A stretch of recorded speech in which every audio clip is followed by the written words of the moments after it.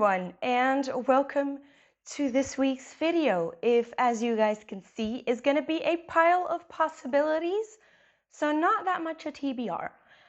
First of all, what I want to mention is I'm actually wearing a mic, so please do let me know what you think of it. Is it sound better, worse, the same? Do you prefer one or the other? I am learning, I just got this, so I am still tweaking it and figuring out how it works, so bear with me. Okay, so first of all, I don't think it's a surprise to anybody that I'm doing this. This is my way of taking care of myself for the month of July. If you don't know, I don't know how because I've mentioned it like a gazillion times, but on Monday, I'm filming this on Thursday, and the Monday that's coming up, I'm starting my new job. And I'm not going to look at any readathons except one, which I'll mention in a bit.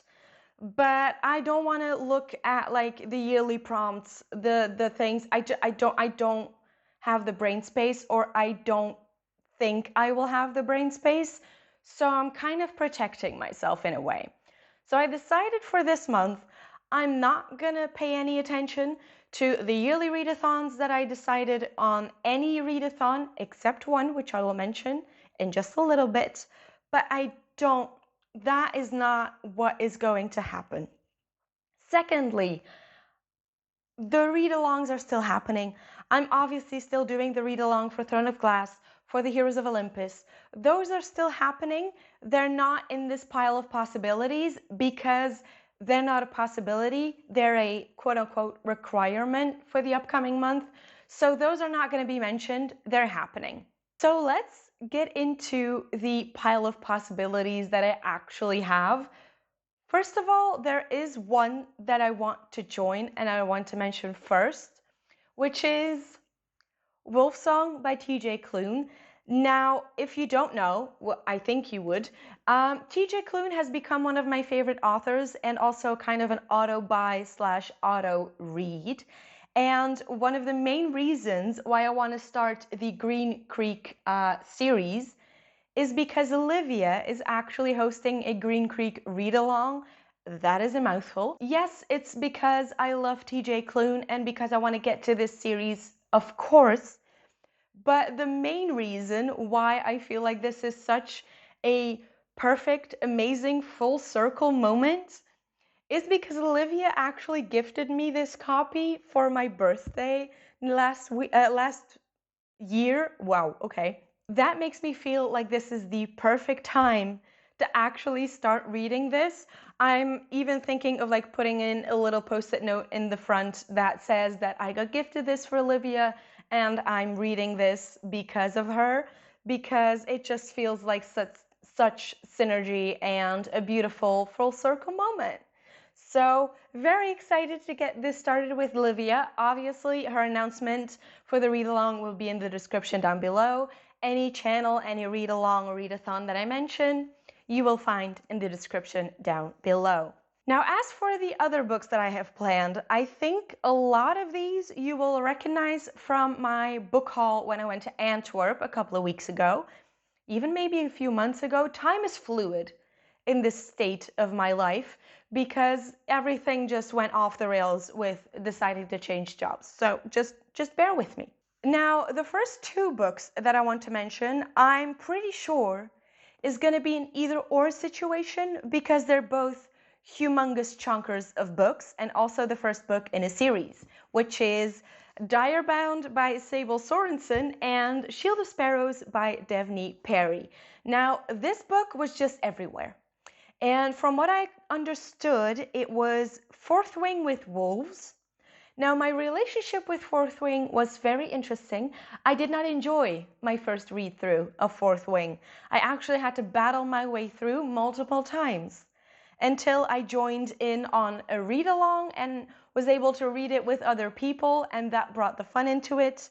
And so now I actually really enjoy that series. But you know, I'm hoping that this is not going to be putting me on the same struggle bus as Fourth Wing has. And then Shield of Sparrows is one that I bought basically just because Becca and the Books recommended it. Now, I've been following Becca and the Books for years, I want to say, and when she makes a video solely to make me read a book, it's gonna be on my shelves just because I trust her judgment. So I'm very excited to get into this. I don't actually know what the hell is going on. I have no idea. I looked at it briefly because the first two lines on this blurb are, if you're not terrified, you're doing it wrong. And that's intriguing in and of itself. There are also a few series that I feel like I want to continue and want to get at. And I think the first one of these that I want to mention is the Dreamland Billionaire series. Now, I got gifted these special editions by my parents for Christmas, and I really want to just fly through these. I read fine print last month, or like 2 months ago at this point, and flew through it and realized how much I enjoyed that series. Now, I'm not gonna lie, Terms and Conditions is a marriage of convenience, and I think, if I remember correctly, this was my least favorite book in the series. So, still very much enjoyable, still really loved it, but this was my least favorite, and my actual favorite is The Final Offer. Now, this is a second chance romance, and I think this was actually the very first second chance romance that I ever read. So I think that putting both of these on my pile of possibilities is not overly ambitious because they are romance books. They do read very quickly, even though they're not short books. Like the final book has over 500 pages in it, but I'm just gonna enjoy my time. And honestly, there's a hair in there. I just really want to get to this one because I can remember like vividly actually starting to cry while reading this one. And I just need all the feels. And knowing with a romance novel, it's a reread. This whole entire series is a reread. I can imagine I might need the comfort of knowing what's coming and just enjoying my time. Then two others that I want to continue is, first of all, I want to get to the Book of Life. This is the third book in the Discovery of Witches series by Deborah Harkness. Now, I've seen the entire TV show, so I know what happens. I know how it ends. But Deborah Harkness has decided to continue this series. So I want to obviously know what the hell happens with these characters because I love them. They're amazing. I also know that she's switching to the perspective of Marcus, which is a character in this book that is not the main character in this first trilogy, but I do very much love him. I love the actor that portrayed him in the series, so I just want to know what's up. But first, we got to finish this one. Now, this I'm not entirely sure about because these are very dense information wise.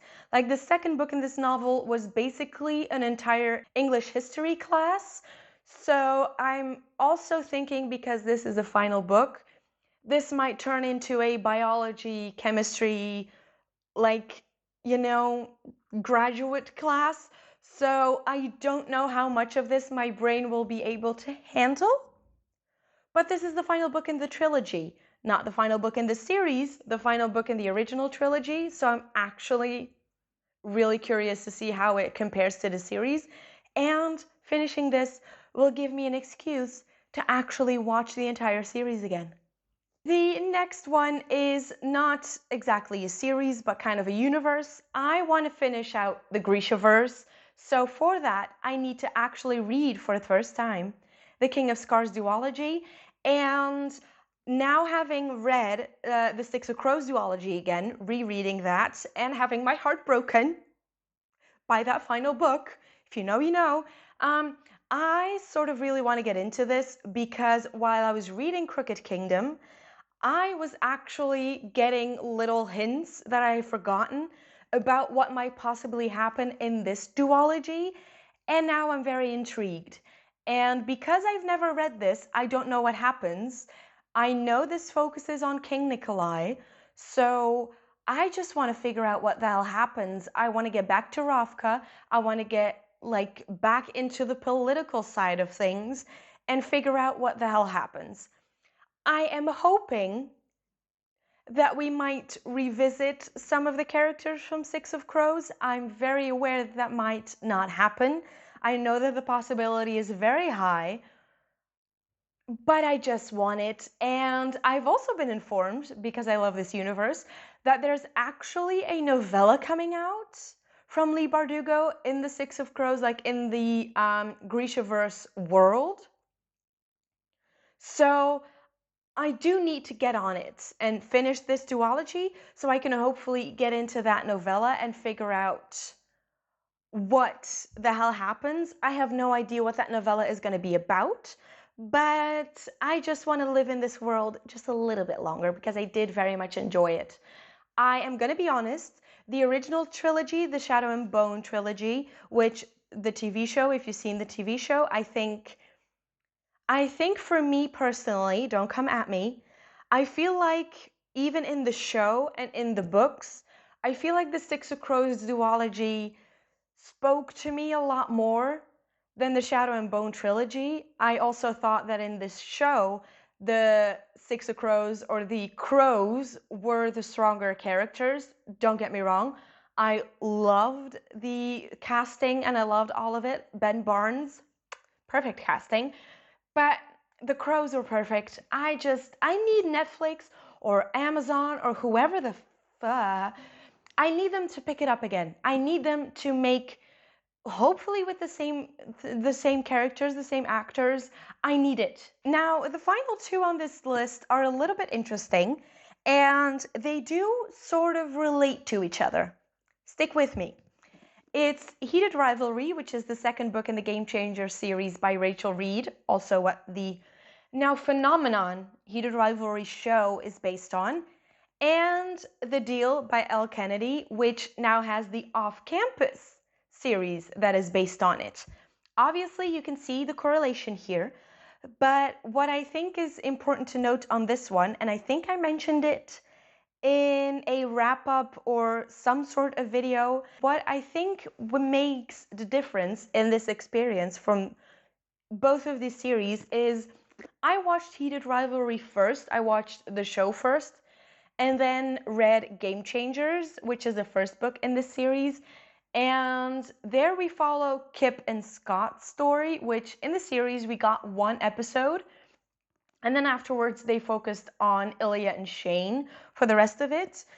But while I was reading the Scott and Kip story, the book, I felt myself waiting for certain story beats and just waiting for certain things to happen. And that really did, in my opinion, take away from my enjoyment of reading the book, which is really too bad. And it's making me really fearful to read this one because I don't want that to happen again. But I do really want to continue the series and know what's coming. I held off on watching Off Campus because I hadn't read the books. So what I think might actually happen in the upcoming month is I might actually binge this entire series. And by that, I mean the books, followed by the series, because I can already tell I've seen it from around the interwebs, because when something goes really well, you see it everywhere. But I know that there are characters from the other books already in the show, and I feel like that might already, like, thank you, car alarm. That's very kind of you to go off at this current moment. I think that that might already spoil a few things in the upcoming books. So I don't really know what to do here. So I'm asking for your help. Do I read the entirety of the off-campus series first and then watch the show? Or do you think that just reading the first book is enough to watch the first season? I also did hear rumors. It might be confirmed at this point. I don't know. As you can tell, I've stayed away from all of it to not get spoiled. But from what I understand, book 3 might become season 2. So I feel like they might have switched it around a little bit. Let me know if that's correct. I don't actually know. But for that to happen, for me to actually get into watching the show, I want to read the books first. And I think that will solidify my opinion that book first, series second.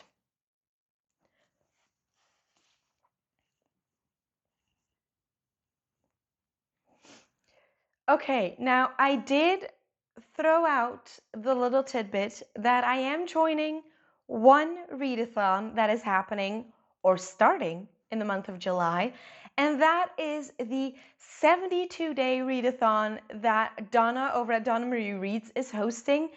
If you've been around, you know that I've mentioned Donna a bunch of times. We are doing the Throne of Glass read-along together, and in this past year of me doing booktube, she's actually become a dear friend, and I really do appreciate and value her presence in my life so much. So I was very honored when she asked me if I wanted to participate in the 72-day readathon in the capacity of actually also hosting sprints. So obviously my answer was yes. Obviously I'm going to be co-hosting it. She has asked a bunch of other friends to also join in. I will leave every single one that I know of in the description down below. Obviously I will also link Donna's announcement video for the 72-day readathon in the description down below. Now, how this came about, if you don't know, I'm sure you do, but Donna has been hosting 72-hour readathons every single month for the past 2 years.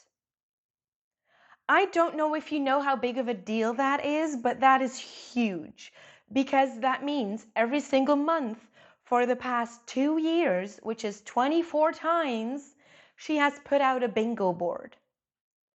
So could you say she's a bingo board queen? Maybe. I think so. I think we can give her that title. Because if you were even doubting it, she has made not one, not two, not three. Nay, she has made 6 bingo boards. Let that sink in. Let it sink in. We have 6 bingo boards to complete over the next 72 days. Now, do we need to complete all of them? Obviously not, because we have 5 main bingo boards. Also, if I didn't mention it, this readathon is actually starting on the 17th of July, so you have time to join in, to join the Discord, to join in on all of the fun, so please do. And again, let's go back. We have 5 main paths for the bingo boards, which is chaos, the chaos path, the new path, so trying new things, the romance path, the cozy path, and did I mention chaos? No, the dark path is what I forgot to mention. So those are the 5 main paths that we can follow. Each have their own bingo boards. We have weekly themes, we have different prompts that we can do throughout the 72 days. If you want to focus on a single board, check them out. I'm not going to go through all of them. Donna does it in her announcement video. She put in all of the work. She deserves all of the credit. Let me get this into your brain. This is insane. What she's done is insanity, and all of the bingo boards look so pretty. They're so cute. So please, just check it. I cannot express enough how much I want everyone to join in on this, because I know how much work she's put into it. I just love her. I love her. What I plan to do with this 72 readathon challenge is I want to try and get as many prompts done as I can. Now, at the same time, I don't want to stress myself out. Now, one of the big things that we can do is we can double up on prompts, and even double up on prompts like over boards, like between boards. So I feel like it might work. I'm not going to go for a blackout on every single board. That's not happening. I will not be able to do that. But I do want to get and at least try to get a bingo on every single board. I think that would be fun. Now, the reason why I'm very excited to join in on these bingo boards is that One of the main focuses that Donna has during the 72 days is that this is not a readathon that's supposed to stress you out. This is a readathon for fun, for the vibes, just to have community and to just do something fun and enjoyable together. So that, paired with the fact that on July 13th, I want to start with the Artist's Way course, which I've uploaded a video about, kind of feels like the perfect match because I feel like doing both of those consecutively, like at the same time, feels like a warm hug and just the perfect way to combat self-sabotage and while starting this new job just to fall into the trap of coming home, doom scrolling, and then at the end of the day feeling very, very self-conscious about the fact that I haven't done anything productive and all of the things. So I feel like those two, the 72-day reading challenge and then also the Artist's Way course, I feel like they fit together perfectly. So that is why I'm just so excited to get those two started in the same week. At that point, I will also have been at my job for like a week. So I feel like at that point, the barrage of information should have died down a little bit. So I feel like it's a good time to actually get things started. Again, if you want to know more about the Artist's Way course, I made a workbook. There's a Discord that you can join, all of the things. I will link it somewhere in this video or in the description down below. If you want to check it out, if you want to join a bunch of us. Some of us have already started. Some of us are starting later. That's the beauty of this course. You can start it whenever. So if you feel inclined to do so, I would love for you to join me in either of these things. I am planning to do an entire video about how I want to tackle these two humongous things at the same time. So that will be coming in a video hopefully next week. Again, I'm starting the new job, so don't hold me to it. There is a possibility that that will not happen, but I'm going to do my best. That's all I can say as of now. Now that I've told you about my pile of possibilities for the month of July, told you about the readathon, told you about the Artist's Way course, that's going to be it for me today. Again, let me know if you're joining in any of these things that I mentioned. If you have an opinion on the Shield of Sparrows or the Direbound situation, because I have no idea which one to pick, and I don't think I can do both. Yeah, that is it for me for this video today. Again, let me know about the audio quality. If you've noticed, if it's too loud, too silent, too weird in your ear holes, just let me know. Now, with that lovely little vignette, let us just end this video here. Thank you all for watching, and I hope to see you all next week. Bye.